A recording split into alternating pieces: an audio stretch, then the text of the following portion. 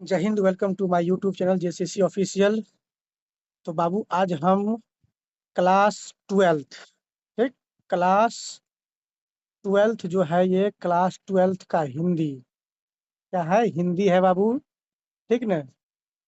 भाग दो है, चैप्टर वन, चैप्टर एक का नाम है बातचीत। इसके आज ऑब्जेक्टिव के बारे में हम चर्चा करेंगे, ठीक ना। ये बिहार बोर्ड का लेटेस्ट पैटर्न पर आधारित क्वेश्चन सब है बाबू, ठीक ना। तो चलिए शुरू करने से पहले आपको एक चीज दिखाते हैं।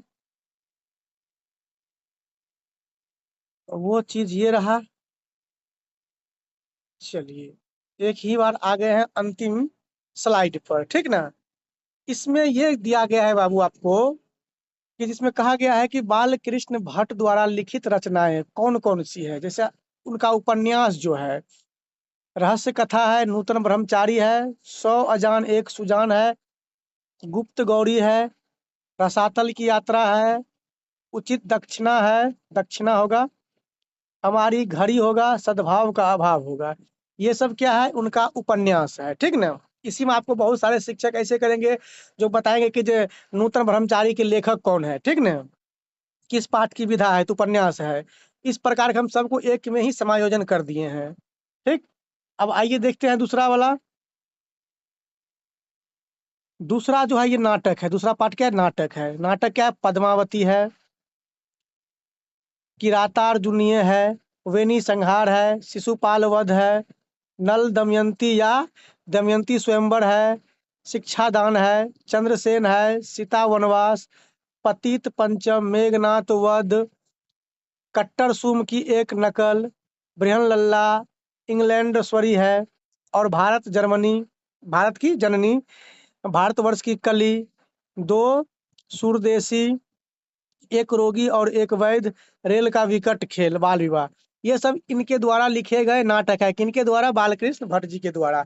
आपको बहुत सारे शिक्षक ये पढ़ाते हुए कि जो निम्नलिखित में से कौन बालकृष्ण भट्ट की रचना है, तो रेल का विकट खेल, ये क्वेश्चन अभी ट्रेंडिंग में चल रहा है, ठीक ना। कौन पूछ सकता है पद्मावती किनकी रचना है, ठीक। चलिए अगला स्लाइड देखते हैं। अगला स्लाइड देखते हैं, ये प्रसहन लिया गया है। जैसा काम वैसा परिणाम है, नई रोशनी का विष है, आचार्य विडम्बन है, ठीक ना। निबंध देखिए, निबंध की चर्चा किया जाए तो निबंध 1000 के आसपास लिखे हैं, जिनमें से 100 से ऊपर क्या है, महत्वपूर्ण है, ठीक ना। ये आपको हमको उसका जो रचनाएं बाल कृष्ण भट्ट द्वारा लिखी गई जो रचनाएं हैं उनको हम करा दिए हैं, ठीक ना। चलिए अब पहला प्रश्न पर चलते हैं। चलिए आइए पहला प्रश्न देखिए। यही आपके बाल कृष्ण भट्ट जी हैं, ठीक ना। इन्हीं के बारे में हम लोग पढ़ेंगे इस चैप्टर में, बाल कृष्ण भट्ट जी के बारे में। क्वेश्चन कहता है बाल कृष्ण भट्ट का जन्म कब हुआ था, ठीक ना। यहाँ भी देख सकते हैं, यहाँ हम बनाए हुए हैं पीडीएफ में, देख लीजिए। 23 जून 1844 ईस्वी को। कहाँ हुआ था, 23 जून 1844। ऑप्शन ए सही हो जाएगा। दूसरा प्रश्न ये रहा आपके स्क्रीन बोर्ड पर। कहता है बाल कृष्ण भट्ट का निधन कब हुआ था। तो निधन भी यहाँ दिया हुआ है बाबू, 20 जुलाई 1914 ईस्वी। देख लीजिए 20 जुलाई 1914 ईस्वी। बी आंसर सही हो जाएगा, ठीक ना। चलिए आगे बढ़ते हैं। तीसरा प्रश्न कहता है बाल कृष्ण भट्ट का निवास स्थान कहाँ है। निवास स्थान की बात किया जाए तो बाबू ये कहाँ है, इलाहाबाद उत्तर प्रदेश में है। डी आंसर आपका सही हो जाएगा, इलाहाबाद उत्तर प्रदेश।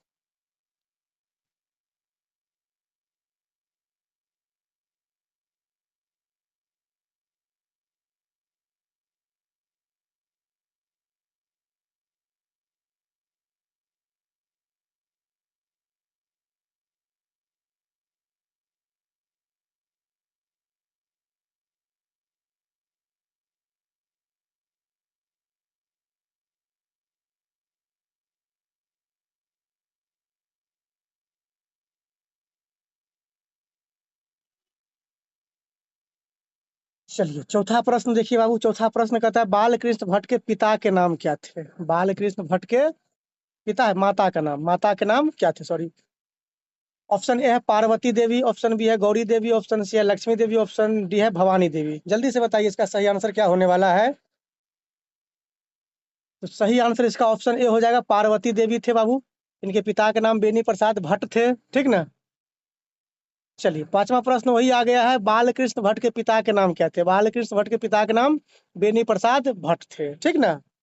ना कि रामचंद्र शुक्ल, ना किशोर प्रसाद, ना हीरानंद शास्त्री, ठीक ना? ऑप्शन ए आपका सही हो जाएगा। सातवां प्रश्न, छठा प्रश्न, बहुत बढ़िया प्रश्न बाबू, कहता है बालकृष्ण भट्ट के पिता क्या थे? बालकृष्ण भट्ट के पिता क्या थे? तो क्या वो वकील थे, या डॉक्टर थे, या व्यापारी थे, या शिक्षक थे? जल्दी से बताइए। तो बाबू हम सभी जानते हैं बालकृष्ण भट्ट के पिता जो थे वो एक व्यापारी थे।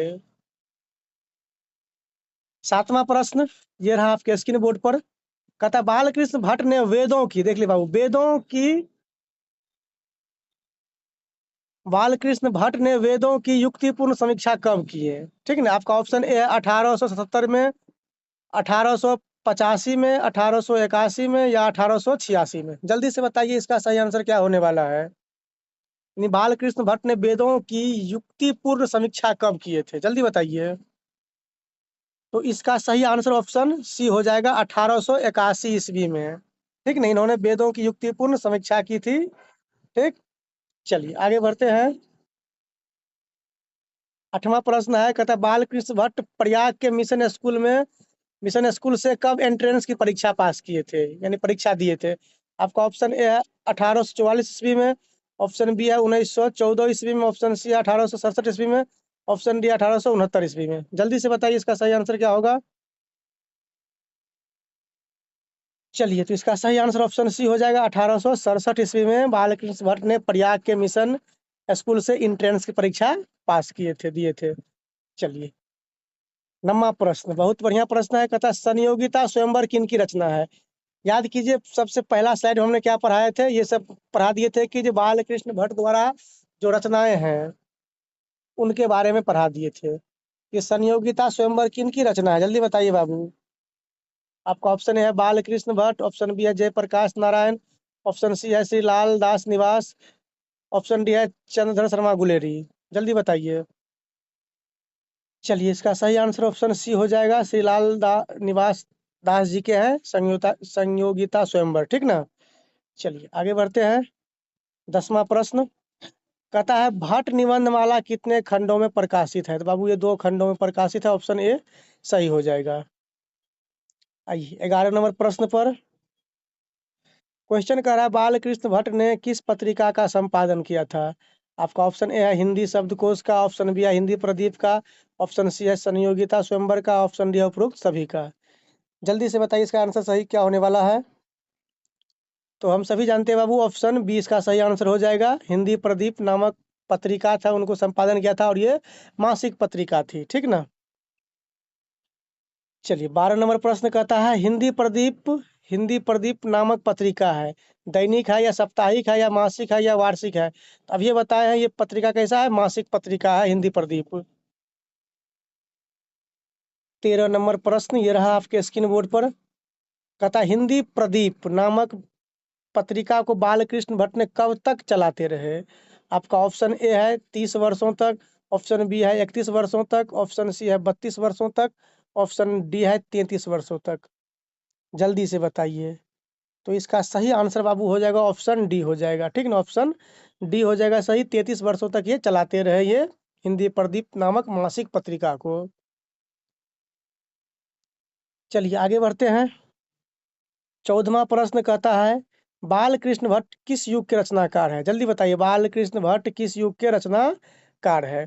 आपका ऑप्शन ए है भारतेंदु युग, ऑप्शन बी है प्रेमचंद्र युग, ऑप्शन सी है द्विवेदी युग, ऑप्शन डी है इनमें से कोई नहीं। जल्दी बताइए इसका सही आंसर क्या होने वाला है। तो इसका सही आंसर ऑप्शन ए हो जाएगा, ऑप्शन ए भारतेंदु युग के ये रचनाकार हैं, ठीक ना? 15 नंबर प्रश्न, आइए 15 नंबर क्या कह रहा है, निम्न में से कौन सी रचना बालकृष्ण भट्ट की है? देखिए वही उसी प्रकार के क्वेश्चन आ गया है बाबू, देखिए यहाँ लिखा है रेल का विकट खेल, हम इन पहले ही स्लाइड में बता चुके हैं, ठीक ना?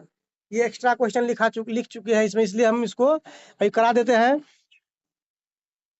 ठीक, ऑप्शन बी है ओ सदा निरा, ऑप्शन डी है सी है रेणुका, ऑप्शन डी है इनमें से कोई नहीं।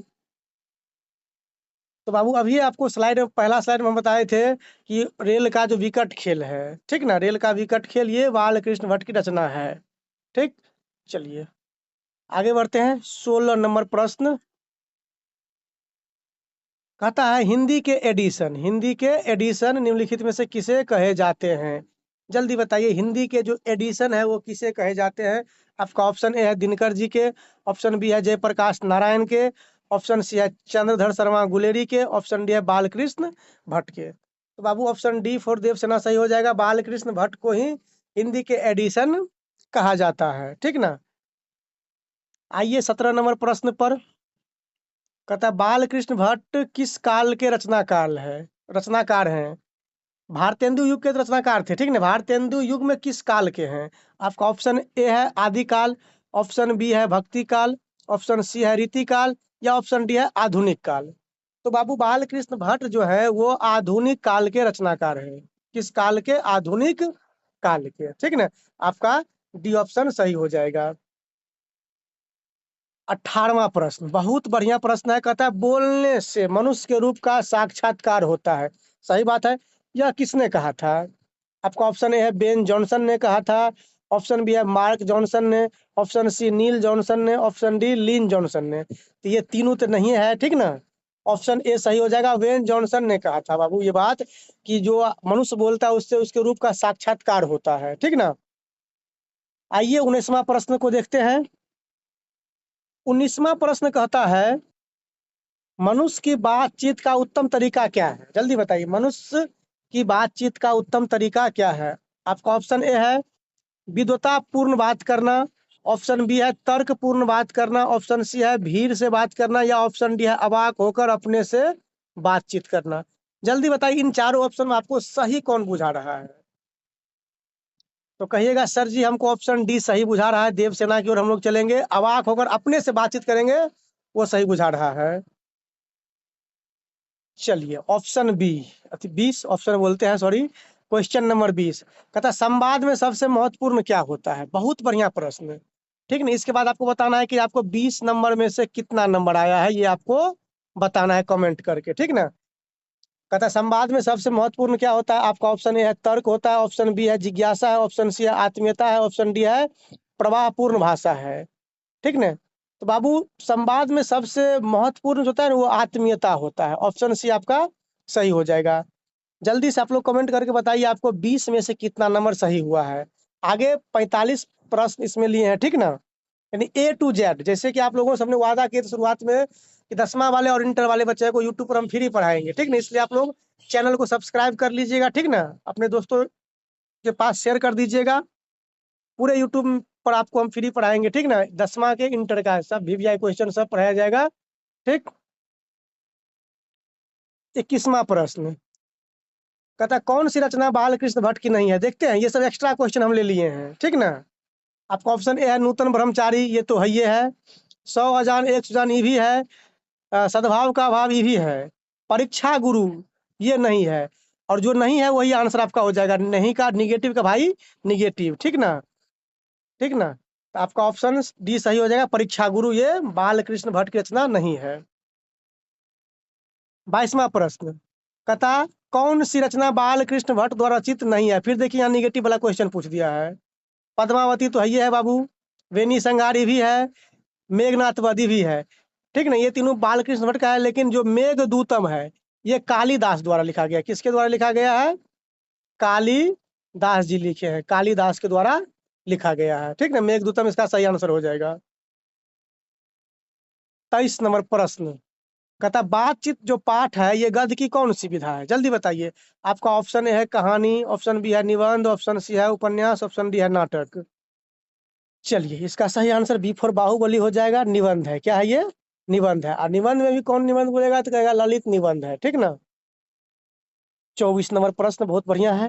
कहता रॉबिन्सन क्रूसो ने 16 वर्षों के उपरांत किसके मुख से एक बात सुनी थी? बाबू ये फ्राइडे के मुख से एक बात सुनी थी, ठीक ना। ना कि संडे के मुख से, एडिसन के मुख से, स्टीलन के मुख से नहीं सुनी थी, ठीक। फ्राइडे के मुख से एक बात सुनी थी। 25 नंबर प्रश्न कहता बातचीत के माध्यम से बालकृष्ण भट्ट क्या बतलाना चाहते हैं? बातचीत के माध्यम से बालकृष्ण भट्ट क्या बतलाना चाहते हैं? भाषा की शैली, बातचीत की शैली, संवाद की शैली, या इनमें से कोई नहीं? जल्दी बताइए। तो बाबू इसका भी आंसर बी हो जाएगा, बी फॉर बाहुबली। बातचीत की शैली को बतलाना चाहते हैं, हमको किस प्रकार से बातचीत करना है। 26 नंबर क्वेश्चन कहता है बाल कृष्ण भट्ट की रचना बातचीत क्या है। अब ये बोले थे इससे पहले कि ललित निबंध है, क्या है ये? ललित निबंध है, ऑप्शन सी सही हो जाएगा। 27 नंबर प्रश्न ये रहा आपके स्क्रीन बोर्ड पर। कहता है बाल कृष्ण भट्ट ने किसे अंग्रेजी साहित्य के एडिशन और स्टील की श्रेणी में रखा है। बाल कृष्ण भट्ट जी ने किन को एडिशन और स्टील की श्रेणी में रखा है। आपका ऑप्शन ए है हरजारी प्रसाद द्विवेदी, ऑप्शन बी है रामविलास शर्मा, ऑप्शन सी है रामचंद्र शुक्ल, ऑप्शन डी है डॉक्टर नागेंद्र। जल्दी बताइए किसको रखा है। तो बाबू इसका सी फॉर चमेली का फुल आंसर सही हो जाएगा, रामचंद्र शुक्ल। रामचंद्र शुक्ल को इन्होंने अंग्रेजी के एडिशन और स्टील की श्रेणी में रखा है, ठीक ना। 28 नंबर क्वेश्चन ट्रेंडिंग वाला क्वेश्चन है, किसका वाला क्वेश्चन है? ट्रेंडिंग वाला क्वेश्चन है ये। कहता आर्ट ऑफ कन्वर्सेशन कहाँ के लोगों में प्रचलित है, तो यूरोप के लोगों में, ठीक ना। चलिए आगे बढ़ते हैं। 29 नंबर प्रश्न कहता है बातचीत में मन किस प्रकार का हो जाता है। जल्दी बताइए बातचीत में मन किस प्रकार का हो जाता है। क्या भारी और बोझिल हो जाता है? नहीं होता है। क्रोधपूर्ण होता है? ये भी नहीं होता है। हल्का और स्वच्छ, ये सही है, हल्का और स्वच्छ हो जाता है। इनमें से कोई नहीं, गलत है। ऑप्शन सी आपका सही हो जाएगा। 30 नंबर प्रश्न आइए देखते हैं क्या कहता है। कहता है असल बातचीत सिर्फ दो व्यक्तियों में हो सकती है। यहाँ फोटो के माध्यम से आप देख रहे हैं कितना अच्छा से चाय पी के बातचीत कर रहे हैं। यह किनका कथन है? ये बात जो बोले कौन बोले हैं? आपका ऑप्शन है एडिसन, ऑप्शन बी है बेन जॉनसन, ऑप्शन सी है रामचंद्र शुक्ल, ऑप्शन डी उपरोक्त सभी। जल्दी से बताइए। तो बाबू ये एडिसन बताए थे, कौन बोले थे? एडिसन बोले थे, ठीक ना। एडिसन बोले थे कि बातचीत सिर्फ दो व्यक्तियों के बीच ही हो सकती है। 31 नंबर आइए। कहता है किसके ना होने से सृष्टि गूंगी प्रतीत होती है। तो बाबू वाक शक्ति, ऑप्शन बी सही हो जाएगा। ना कि श्रवण शक्ति, दिव्य शक्ति या स्मरण शक्ति, ये सब नहीं है। वाक शक्ति नहीं रहेगा तो सृष्टि गूंगी प्रतीत होगी। 32 नंबर प्रश्न कहता है एडिशन के अनुसार, देखिए वही क्वेश्चन दोहरा घुमा के पूछ दिया गया है। एडिशन के अनुसार असल बातचीत कितने लोगों के बीच हो सकती है।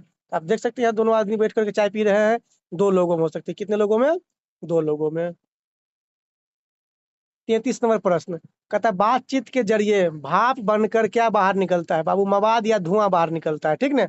मवाद या धुआं बाहर निकलता है, ऑप्शन सी सही हो जाएगा।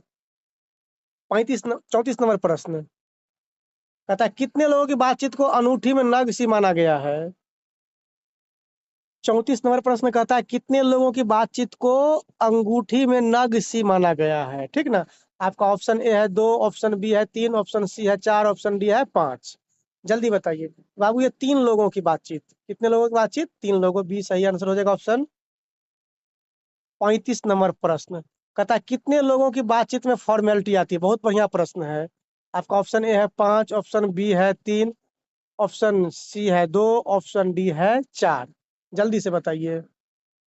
तो बाबू इसका आंसर डी हो जाएगा सही, चार लोगों की बातचीत में फॉर्मेलिटी आती है। आइए 36 नंबर प्रश्न को देखते हैं। कहता आधुनिक शुष्क पंडितों की बातचीत को क्या कहते हैं। जल्दी बताइए आधुनिक शुष्क पंडितों की बातचीत को क्या कहते हैं। आपका ऑप्शन है शास्त्रार्थ कहते हैं, ऑप्शन बी है पुराण पाठ कहते हैं, ऑप्शन सी है विद्वान विमर्श कहते हैं, या ऑप्शन डी है पंडित ज्ञान आचार्य कहते हैं, ठीक ना। जल्दी बताइए सही आंसर क्या होगा।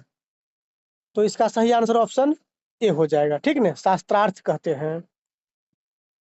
37 नंबर प्रश्न कहता है 25 वर्ष से ऊपर वाले की बातचीत कैसी होती है। जल्दी बताइए 25 वर्ष से ऊपर वाले की बातचीत कैसी होती है। आपका ऑप्शन ए है पुराणोचित होती है, ऑप्शन बी है मौज मस्ती वाली होती है, ऑप्शन सी है शास्त्रोचित होती है, या ऑप्शन डी है सागर भीत होती है। जल्दी बताइए। तो इसका सही आंसर ऑप्शन डी हो जाएगा, सागर भीत होती है। आप लोगों को बताना है बाबू 25 वर्ष से कम उम्र की बातचीत कैसी होती है। जल्दी कमेंट करके बताइएगा 25 वर्ष से कम उम्र की बातचीत जो होता है कैसी होती है, ठीक ना। 38 नंबर प्रश्न कहता है हमारी भीतरी मनोवृत्ति क्या दिखलाती है। ऑप्शन ए है नए नए ढंग, नहीं दिखलाती है। नए नए रंग, हाँ ये दिखलाती है, नए नए रंग दिखलाती है। ना कि नए नए फूल और नए नए दृश्य नहीं दिखलाती है। ऑप्शन बी सही हो जाएगा, ठीक ना। आइए 39वां प्रश्न की ओर बढ़ते हैं। कहता है भीतरी मनोवृत्ति को क्या माना गया है या क्या कहा गया है? एक ही बात है। आपका ऑप्शन ए है नरक कहा गया है, ऑप्शन बी है स्वर्ग कहा गया है, ऑप्शन सी है चमनिस्तान कहा गया है, या ऑप्शन डी है कब्रिस्तान कहा गया है। तो इसका सही आंसर ऑप्शन सी हो जाएगा, चमनिस्तान कहा गया है। आइए 40 नंबर प्रश्न को देखते हैं। कहता है जिह्वा को क्या माना गया है? जिह्वा को बाबू ये कतरनी माना गया है। क्या माना गया है? कतरनी। ऑप्शन डी सही होगा, ना कि चाकू ब्लेड छुरी ये सब नहीं माना गया है। ठीक ना। 41वां प्रश्न कहता है भाषण में किसका मौका रहता है? भाषण में किसका मौका रहता है? आपका ऑप्शन ए है नाच नखरे का, ऑप्शन बी है कूदने का, ऑप्शन सी है लड़ाई करने का, ऑप्शन डी है उपरोक्त सभी का। जल्दी बताइए। तो बाबू हम सभी जानते हैं कि भाषण में जो है नाच नखरे का मौका रहता है। ठीक ना। 42वां प्रश्न कहता है चार लोगों से अधिक की बातचीत में क्या होता है? जल्दी बताइए। चार लोगों से अधिक की बातचीत में क्या होता है? आपका ऑप्शन ए है संवाद होता है, ऑप्शन बी है राम रमोल होता है, ऑप्शन सी है संकल्प होता है, या ऑप्शन डी है उपरोक्त में से कोई नहीं होता है। जल्दी बताइए। तो बाबू चार लोगों से अधिक की बातचीत में राम रमोल होता है। क्या होता है? राम रमोल। ऑप्शन बी आपका सही हो जाएगा। ठीक ना। 43 नंबर प्रश्न कहता है बाहरी बातचीत में किसकी आवश्यकता पड़ती है? बाहर में जो हम लोग बात करते हैं उसको किसकी आवश्यकता पड़ती है? छात्र की, शिक्षक की, या संतों की? इस तीनों की आवश्यकता नहीं पड़ती, हमको फरीक की आवश्यकता पड़ती है। किसकी आवश्यकता पड़ती है? फरीक की आवश्यकता पड़ती है। आइए 44वां प्रश्न कहता अनादर का मूल किसे कहा जाता है? अनादर का मूल किसे कहा जाता है? आपका ऑप्शन ए है बुलाए जाने पर ना जाना, ऑप्शन बी है शिष्टाचार, ऑप्शन सी है बिन बुलाए जाना, ऑप्शन डी है उपरोक्त में से कोई नहीं। जल्दी बताइए इसका सही आंसर क्या होगा? जल्दी बताइए। अनादर कब होता है? जब आप बिना बुलाइए जाइएगा। कहाँ जाइएगा? बिना बुलाए हुए कहीं जाइएगा तो वहाँ आपका उतना आदर नहीं हो पाएगा। ऑप्शन सी आपका सही आंसर हो जाएगा। चलिए आइए इस चैप्टर का लास्ट प्रश्न लेते हैं, 45 नंबर प्रश्न। ठीक ना। कहता है प्रपंचात्मक संसार का आईना किसे कहा गया है? प्रपंचात्मक संसार का आईना किसे कहा गया है? आपका ऑप्शन ए है बाहरी मनोवृत्ति को, ऑप्शन बी है भीतरी मनोवृत्ति को, ऑप्शन सी है राजनीतिक विमर्श को, या ऑप्शन डी है सामाजिक मर्यादा को। जल्दी बताइए। तो बाबू प्रपंचात्मक संसार का जो आईना है ना, वो भीतरी मनोवृत्ति को कहा गया है। किसको कहा गया है? भीतरी मनोवृत्ति को कहा गया है। आपको बताना है बाबू कि आपको आप 45 में से कितना नंबर आया है, ये आपको कमेंट करके जवाब देना है। ठीक ना। वीडियो अच्छा लगे हो तो अच्छा कैसे नहीं लगेगा? समझ गए। इतना मेहनत करते हैं बाबू, आप लोग के लिए ही मेहनत करते हैं। इसलिए आप लोगों से हम वादा शुरुआत में ही किए थे। ठीक ना। यूट्यूब पर आपको हम फ्री में पढ़ाएंगे, सब विषय जितना विषय सबको फ्री में पढ़ाया जाएगा। इसलिए चैनल को आप लोग सब्सक्राइब कर लीजिएगा। ठीक। इसके बाद ये सब पढ़ाई चुके हैं। ठीक ना। यही पढ़ा दिए हैं। ठीक ना। इस प्रकार से आपका ये चैप्टर खत्म होता है। मिलेंगे फिर नेक्स्ट वीडियो में, तब तक के लिए जय हिंद।